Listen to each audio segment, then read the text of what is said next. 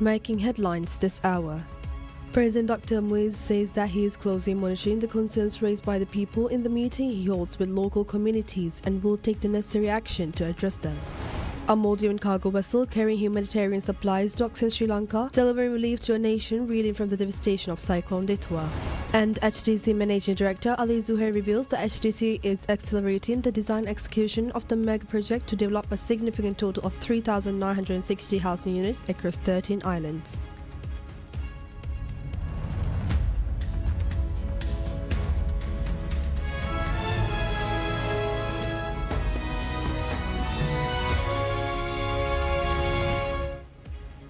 Bismillahirrahmanirrahim. Assalamu alaikum.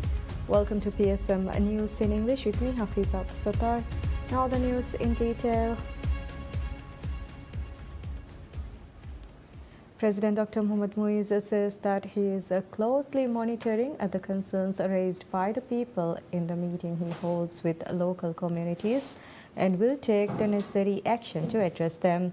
He made the remarks in a meeting with the residents of Marfan ward of Male City. Opening the meeting, the President said the government places a high priority on finding solutions to the issues faced by citizens.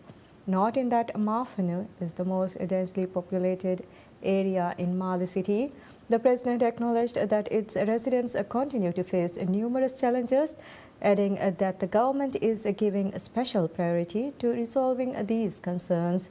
He said all concerns, ideas or complaints raised are taken seriously. The President had previously met with the residents of Vilimale and Machangoli ward to hear and discuss their concerns. President Dr. Mohamed Muiz reveals that 347 people are currently in custody pending trial, most of whom face serious criminal charges. He made the remarks while responding to a concern raised by a citizen during a community meeting with the residents of Marfan ward, Male City. The President explained that prolonged pre-trial detention had previously been a significant issue due to inadequate capacity at the criminal court and the drug court. He explained as a result of being under-resourced, the courts were overwhelmed by caseloads delaying trial for those in custody. He said the current government has since strengthened these courts by providing adequate space and resources, which has allowed trial dates to be scheduled more quickly. The President also provided details of the detainees awaiting trial. These are 29 murder cases, 20 terrorism charges, 4,117 cases of child sexual abuse, 70 cases of assault, 116 cases for drug trafficking. Other offences such as money laundering, theft and armed robbery, domestic violence, kidnapping, human trafficking, arson, prostitution, smuggling and homosexuality are also included. The President questioned whether any citizen would wish for individuals accused of such serious offences to be released into society without undergoing the required judicial due process.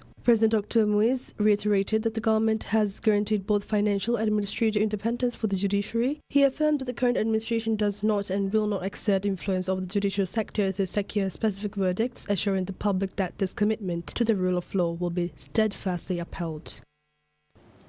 President Dr. Mohamed Muiz announces that his administration is considering a policy allowing recipients of one-room social housing units to surrender their apartments in exchange for eligibility to apply for land plots.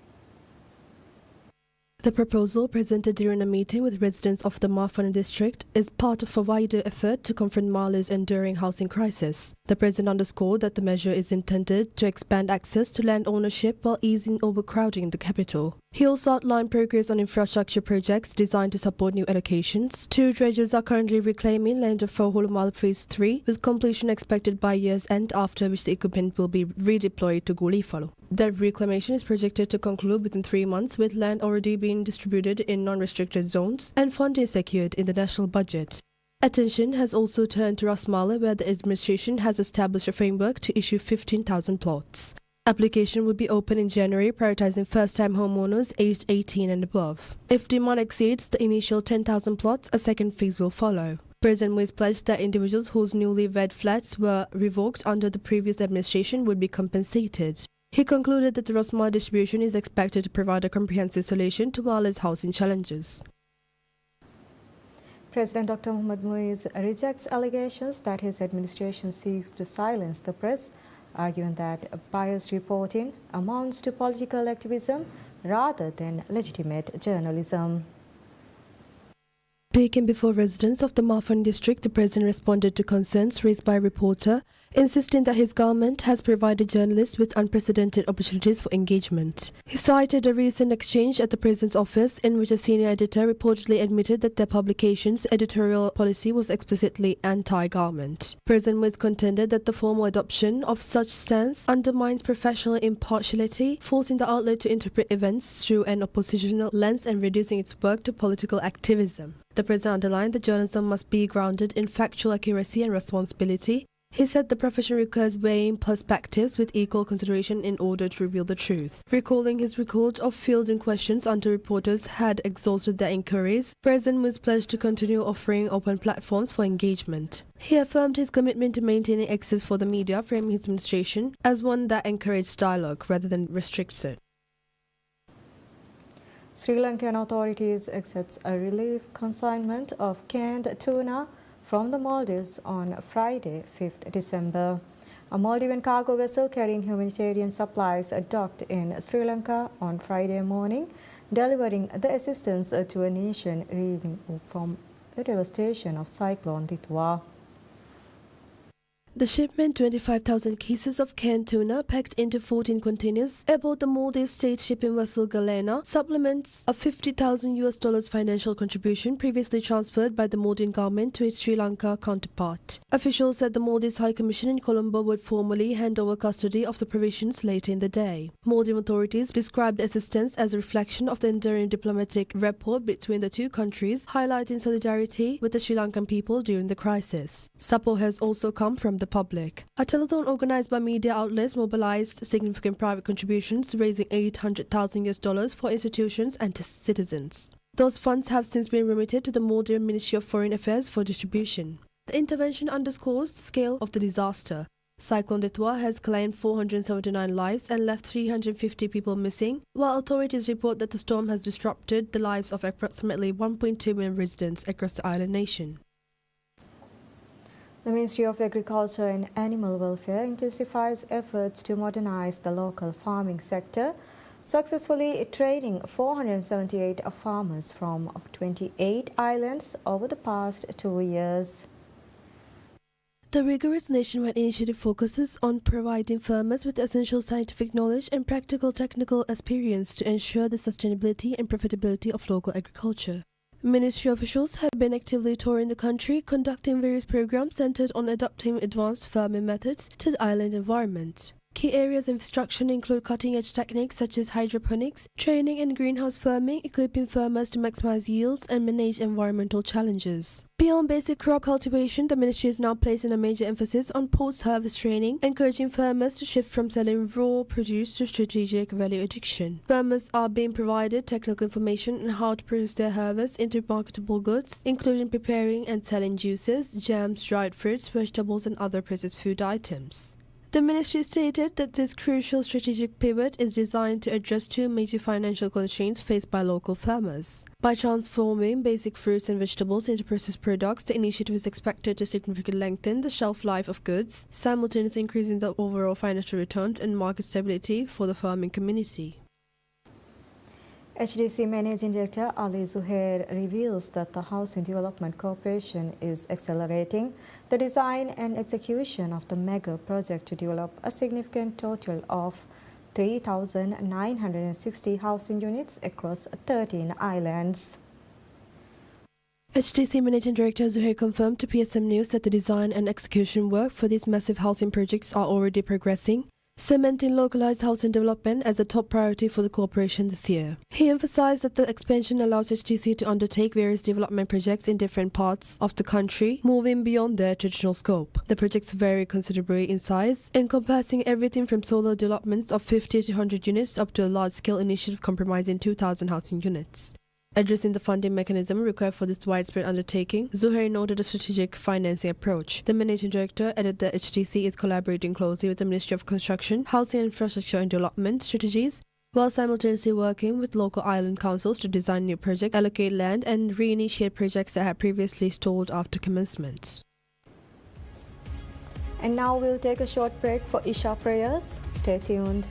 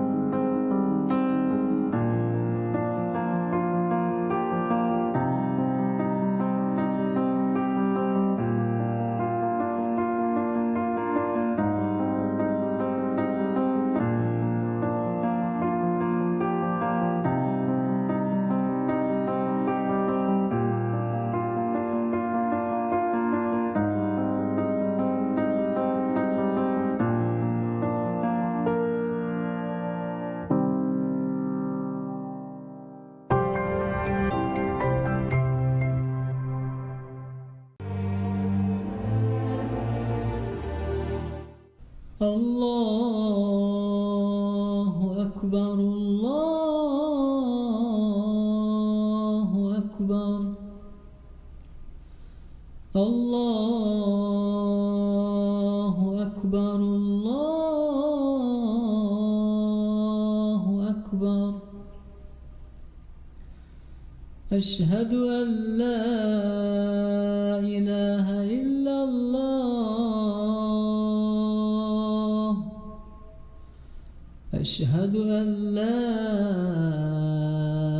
إله إلا الله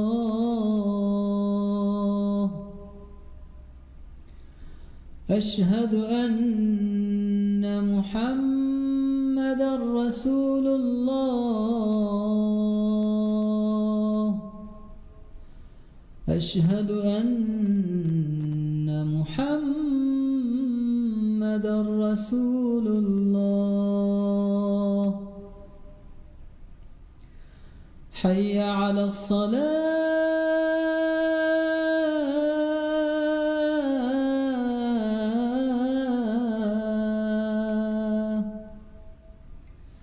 حي على الصلاة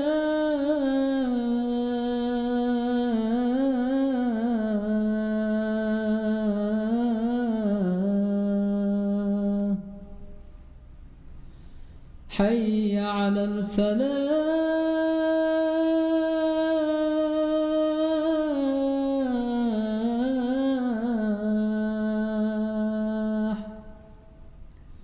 حي على الفلاح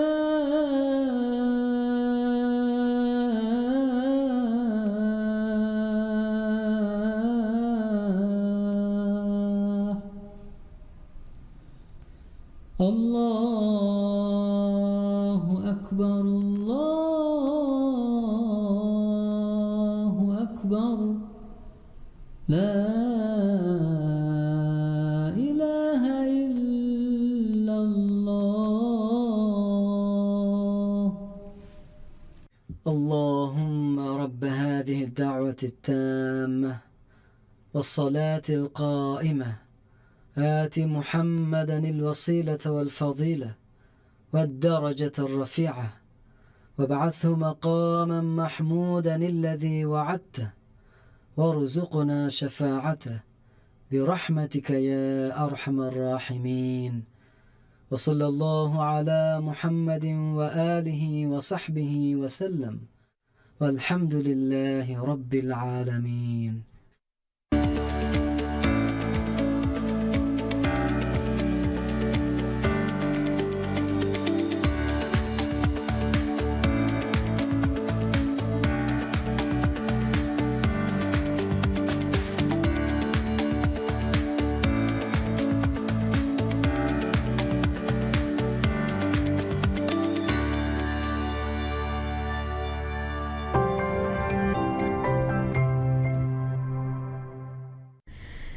PSM ಗೆ TV channel ತಕ radio channel ತ ಮಿಹಾರು PSM Air application ತಿಯ ಬೇಫ್ಲುನ್ನ ಹಿಲೆ ಬಲಾಲೆವೇಣ ಅದಿ ಅಡುವ ಹಾಲೆವೇಣ ದುನಿಯೆಗೆ ಕೊಮ್ಮೆ ತಾಗುಹುರೆಗೆನ್ ಕೊಮ್ಮೆ ಗಡಿಯ PSM ಗೆ channel ತ ಬಲಾಲುಮ ಅವಹ PSM Air app download ಕುರವ್ವ ಮಿಹಾರು ಆಪ್ ಸ್ಟೋರ್ ಉನ್ನ ಗೂಗಲ್ ಪ್ಲೇ ಸ್ಟೋರ್ ಇನ್ವೆಸ್ ಮಿ app download ಕೊಲ್ಲವೇಣ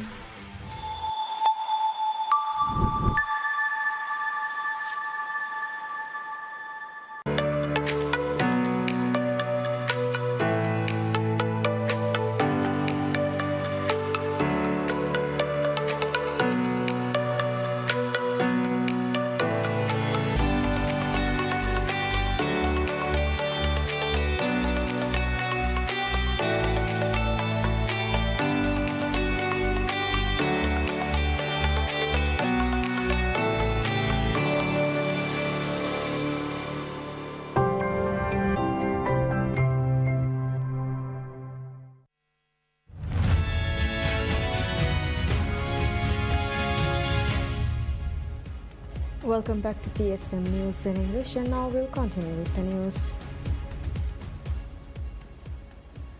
The Ministry of Social and Family Development announces this week a substantial push to solidify social safety nets in the atolls, confirming that 226 social workers have been trained across 43 islands over the last 2 years.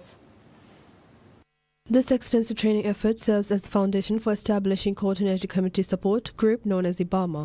The IBAMA group is designed to provide fundamental social security in their tools by operating a coordinated system linked directly with the relevant government institutions. The ministry stated that following the intensive training of personnel, the government has officially begun the process of establishing this IBAMA group across the country.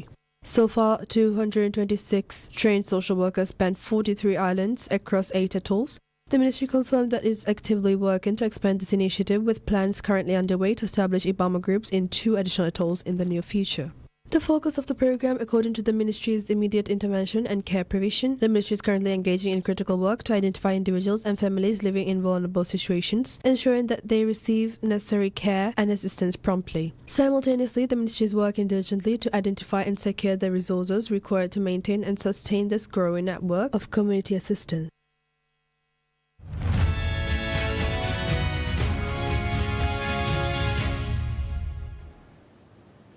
A source with a direct knowledge of the matter says Netflix is in exclusive talks to buy Warner Bros. Discovery's film and television studios along with its streaming assets after offering $28 per share. The parent of HBO, which has been exploring strategic options, received a second round of bids this week after Netflix, Paramount, Skydance, and Comcast made preliminary buyout proposals. Reuters had previously reported Netflix, which emerged as the top bidder, made a mostly cash offer.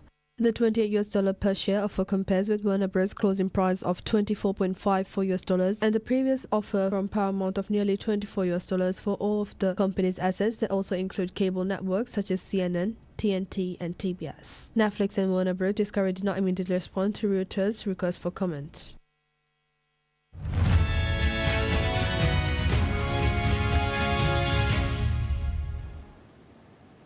Russian President Vladimir Putin and Indian Prime Minister Narendra Modi begins summit talks in New Delhi. Putin is on his first visit to India in 4 years, aiming to boost trade with the top trade partner of Russia's as Western sanctions squeeze their decades-old ties. The visit comes at a time when New Delhi is engaged in talks with the US for a trade deal to cut punitive tariffs imposed by President Donald Trump on its goods over India's Russian oil purchases. Putin thanked Modi for his attention and efforts aimed at resolving the conflict in Ukraine. Russian President Vladimir Putin said during his meeting with Indian Prime Minister Narendra Modi that Russia is ready to provide uninterrupted fuel supplies for India. Putin also said many agreements aimed at strengthening Russia-India cooperation were signed during the talks. Putin is also on his first visit to India in 4 years, aiming to boost trade with the top buyer of Russia's arms and seaborne oil as Western sanctions squeeze their decade-old ties. Since European countries cut their reliance on Russian energy after Russia invaded Ukraine nearly 4 years ago, India ramped up its purchases of discounted Russian crude. Venezuelan President Nicolas Maduro uses an appearance on his radio show to reaffirm Venezuela's sovereignty and highlight China's political support amid heightened regional tensions. Speaking during a light-tone segment in which he chatted with hosts, Maduro shifted to a more forceful message on national defense. Maduro emphasized China's diplomatic backing, claiming Beijing public supports Venezuela's right to exercise its sovereignty and to peace, as he tapped out notes on a metal phone. His comments come as the United States intensifies military operations in the Caribbean and Pacific. Since early September, U.S. troops have carried out at least 21 strikes on alleged drug smuggling boats, killing more than 80 people, as President Donald Trump escalates pressure on Maduro's government. Washington accuses Maduro of enabling drug trafficking, a charge the Venezuelan leader has repeatedly denied.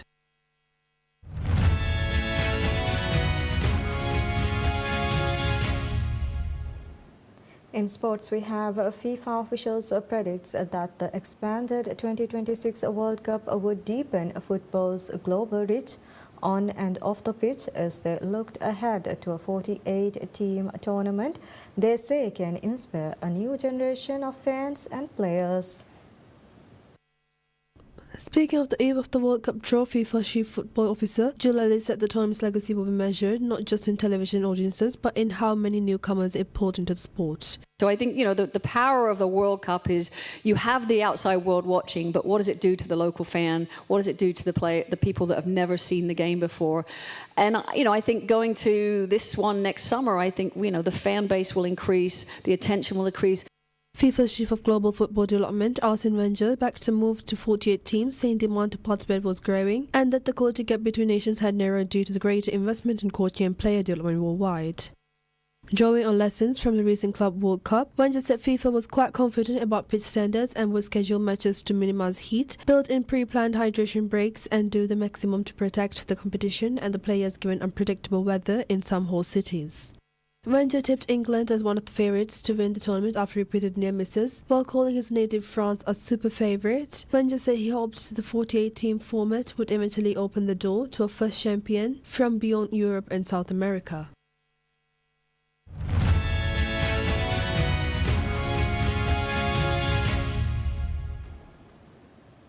A 4-piece Patek Philippe Star Caliber 2000 set and a 31.68 carat fancy vivid orangey pink diamond known as the Desert Rose are among the star lots as Sotheby's launches its first auction week in Abu Dhabi, part of a push to expand in the Gulf. The 4-day event showcases about $1 billion worth of luxury jewelleries, watches, supercars, real estate and art. According to organizers, among the items on auction is an Hermes Birkin bag, once owned by Jane Birkin, estimated on $240,000 to $440,000. Our mission is to build on that ecosystem and build a collecting culture, a thriving collecting culture here. So with our partners, Abu Dhabi Investment Office, we have put together this amazing auction, which is a value of $1 billion, spread over 4 days with a live auction at the end, which will be live streamed globally. And it's including $150 million of luxury items and alongside the most valuable art exhibition we've ever staged by any auction houses in the Middle East. Word that the Patek Philippe set is estimated at $10 million to $20 million, while the largest fancy vivid orangey pink diamond carries a $5 million to $7 million estimate. Birds added that the company expects strong regional turnout. Visitors at the exhibition offered rare access to the world-class art and collectibles. Another visitor, Alice Moore, said she came to see original bags, Jane Birkin bags, as well as the sparkly things. The exhibition runs through Friday, December 5th, when Sotheby's will hold a live auction to close the event. And that's all we have for this hour. Thank you for watching. Wish you all a very pleasant time ahead.